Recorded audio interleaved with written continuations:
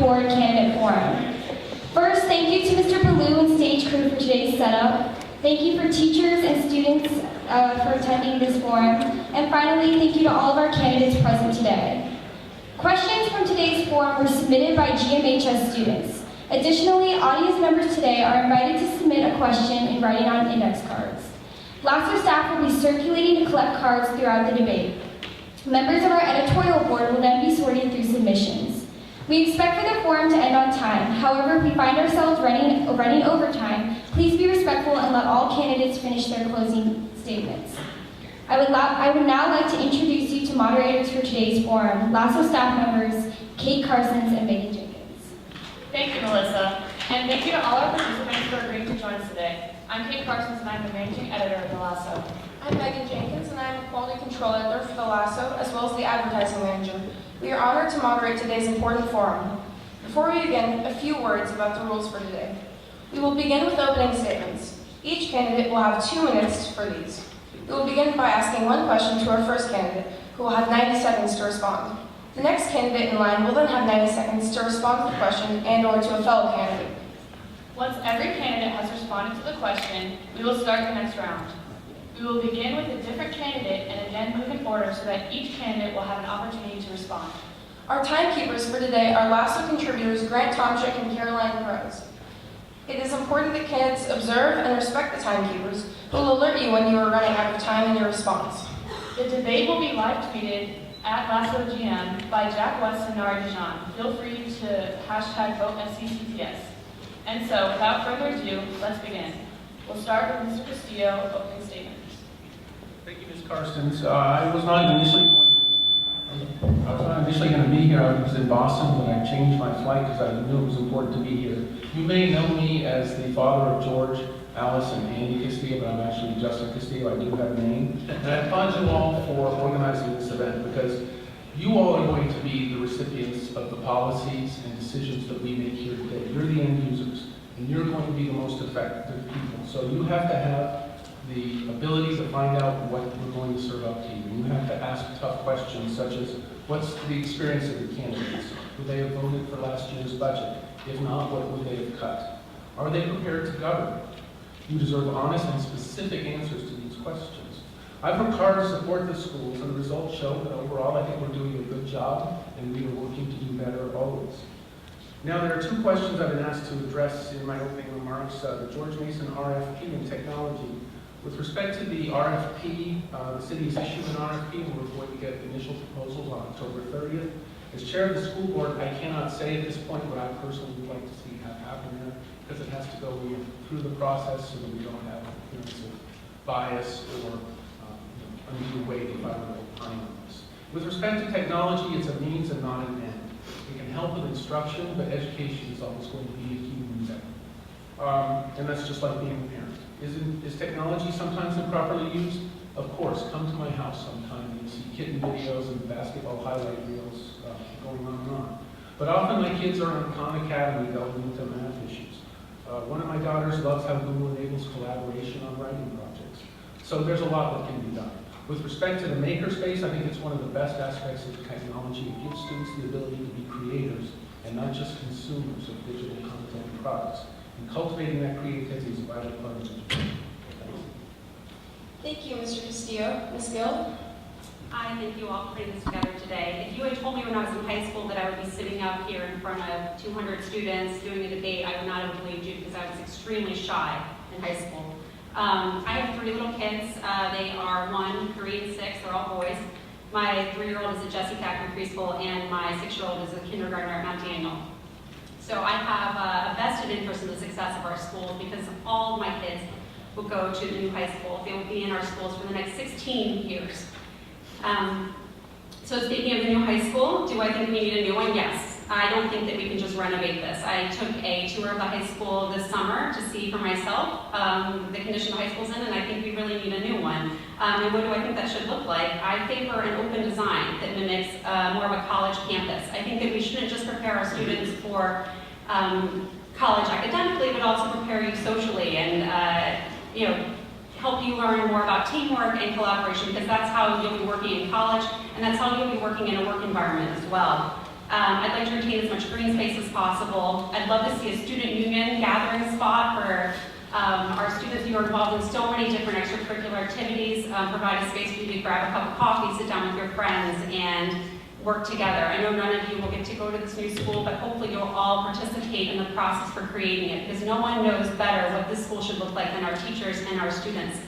I'd also like to see it be a space for our whole community to enjoy. On to technology. Technology is valued in the classroom. It should be used as a tool.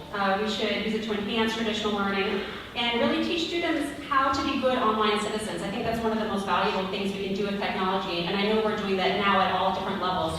Even my kindergartners are learning that. As we build the new school, we should keep technology in mind and make sure we're building a space that will take advantage of whatever the technology is available 5 years, 10 years, 15 years, 20 years from now. I have no idea what that's going to look like, but I would not have anticipated what we have now when I was in Thank you, school. Ms. Gill. Mr. Kay? Hello, thank you for having us here today. My name is Mark Kay. The reason I'm running because my son Sebastian Kay, who just graduated in 14, had such a wonderful experience in the school system. He started in 2nd grade and just graduated. The reason I'm running is I want to see it continue for future generations. And right now I'm concerned that we're not on the right path. I do not feel the current school board has properly managed its CEO, the superintendent. I think we've had some issues with the school construction that we can do much better. I'm also concerned about the allocation of scarce resources. I mean, I want to make sure the students and teachers get the most. When I hear about Apple Watches being purchased, I kind of wonder if we're really using our resources wisely. In terms of the new campus or new high school, I got to be honest with you, I don't know. I want to see an independent analysis of our needs and whether we should renovate or build new. And I think that should be done independently. We also need to determine independently the cost estimate if we want to build a new school. So we have this data, so if we negotiate with a developer, whether it's through some deal making, which I honestly don't, I'm not in favor of, or if we just do it the old-fashioned procurement way that we know what we're doing. But I think we first need to step back and decide, you know, what are our needs and how much is it going to cost us, because we need to think of the whole community. We have scarce resources in the town, and we have a lot of needs in our city, and we also have needs in the school, obviously. And most important, whatever we do, I want to make sure it's the best for the students and teachers. In terms of technology, yes, it's absolutely essential. The only thing I would ask is that technology is here to enable. It's not a replacement for teachers, it's not a replacement for learning the basics, but absolutely, and that's where I would like to see a lot of our resources go to, instead of overhead and staff, but to the teachers and kids. Thank you very much. Thank you, Mr. Kay. Ms. Kutchma? Hi, good afternoon. Thank you all for coming. My name's Allison Kutchma, and I'm the mom of David, Jason, and Caitlin Kutchma, all graduates of George Mason High School. So my kids have been in this building a long time. You can go to my website and look at what my issues are. My primary concern, one of the reasons why I'm running, is the budget. The school board, I went to the work sessions on the budget, and they deliberated over a handout. Not a lot of detail here, and so I'm not sure how they decide that they need to increase the parking fees when there's not a lot of detail here. So that's something that would change when I am on the school board. Another issue that I'm concerned about is communications with integrity. It's a huge issue in our community. Another concern I have is construction accountability, which will obviously be a very big issue moving forward when we're talking about building a $100 million high school. Another issue, which is very near and dear to my heart, it's an issue that I call the kids in the middle. And these aren't actually kids that are in the middle, they're everywhere. And I'm a parent of students that had IEPs, and it's sort of you're a minority. And we have the most wonderful high school here. We have very dedicated staff. But there's an unintended consequence of having an IB high school. Is there students who don't participate in that, and how does that make you feel? And I would like to start a conversation with our community about ways to include everyone and have them be included. And it starts with a conversation that really listens to our student body. And so I would like to start that conversation. So that's one of the reasons why I'm running. Thank you. Thank you, Ms. Kutchma. Mr. Radcliffe? Hello, everyone. I'm Jake Radcliffe. I'm a kindergartner and a second grader, and I'm a 43-year-old lawyer from New York who's married. So I think I have pretty much nothing in common with all of you. So rather than, I wanted to speak briefly, rather than focus on our difference, I wanted to speak briefly about exactly how we are going about trying to build the high school of the future, because Justin alluded to the RFP, but I want to explain that in the time that I have, because I think if you guys don't already understand it, it's interesting. The way that this works is the government issues a request for proposal out to the larger development community, and then developers come in and place bids, give us conceptual ideas about the kind of high school that they want to build. Now the RFP itself is an incredibly detailed document that people who have skills and experience that I don't have worked on to put together, including the principal of the school. So the superintendent, the principal, everyone chimes in on an RFP, and then we get proposals back from the developers, and then we go back and forth with developers until we finally arrive at a project that we think has everything we want. And that the responses to the RFP actually need to have staging about how we're going to continue to educate everyone while we're building the high school and everything else. The reason I'm running is that I'm a really good negotiator, and I think I can help during this process, and that's why I signed up. I've only got about 30 seconds left, so I'm going to ask you guys to do me a favor, which is to, after here, look at all the candidates and try to drill down and then talk about it with your parents and see who you want to be on the school board. Because this is an incredibly important election. There are 8 people running for 3 seats, and there are some tough calls that need to be made with very serious consequences. Thanks a lot. Thank you, Mr. Radcliffe. Mr. Reininger? Good afternoon, everyone. I'd like to start by thanking the Lasso for hosting this event. I'm not here today to convince you to vote for me. I'm here today because I'd like all of you to get involved in the election and help make Falls Church as good a place as it can be. I'll do the particulars first. I'm 53 years old. I'm married. I have 3 kids, none of them at George Mason. I've lived in Falls Church since 1998, and my 3 kids are triplets who are in 7th grade at Mary Ellis and Henderson, just across the way. If you want to know more about them or me, you can talk to some of the people in the audience who know me. Jack West, for example, swims with my kids, and so feel free to ask anyone anything. What I would want to say to you is there's a lot going on. Jake just talked about the RFP process. And it's a really good process, for the most part, except for the lack of public participation. But these are all places where you can have an influence. I could give you some pablum about what I'd like to see in the new high school, and you'd like all of it, right? Everybody, including me, wants more green space, we want more light, we want more openness.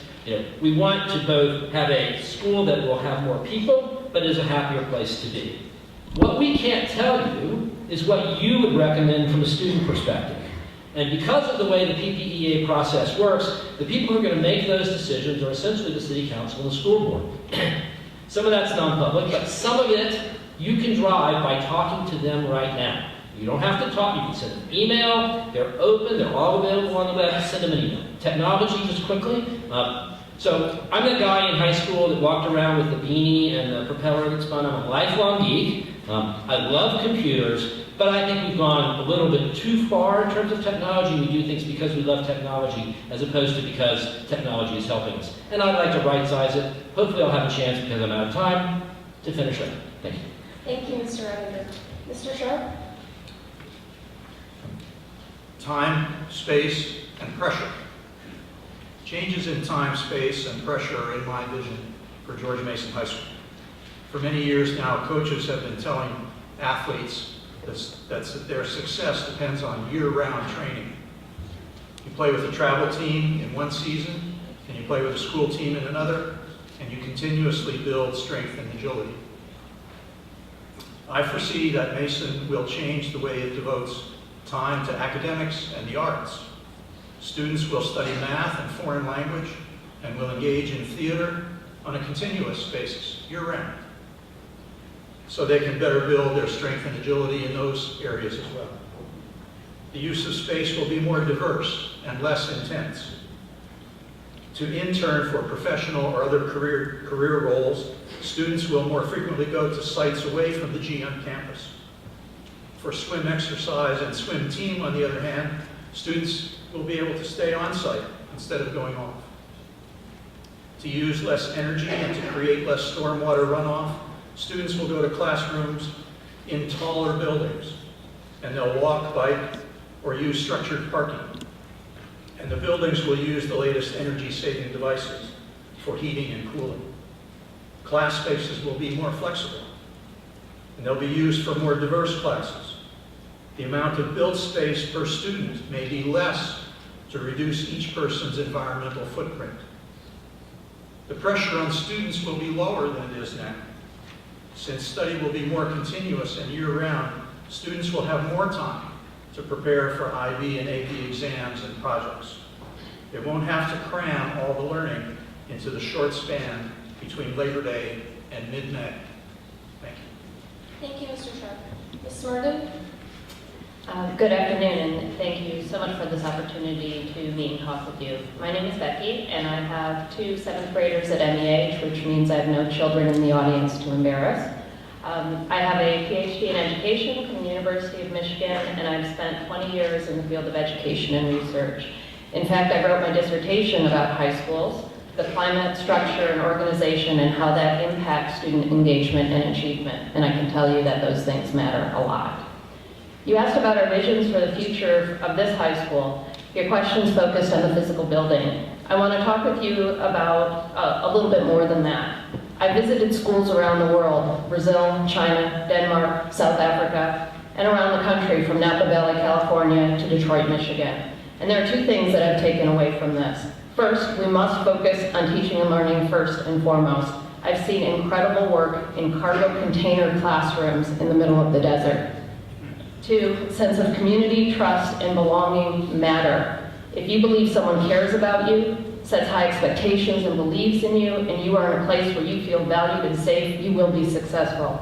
These are the things that matter most and what we must prioritize. So what should the place where these things happen look like? Well, you can certainly have great teaching and learning and sense of community in this building as it stands. Perhaps most of you have that now. But there are some real problems with this building that must be addressed, and we must figure out the best way to do that. Do we sell or lease some of the land? Do we renovate this building or start new?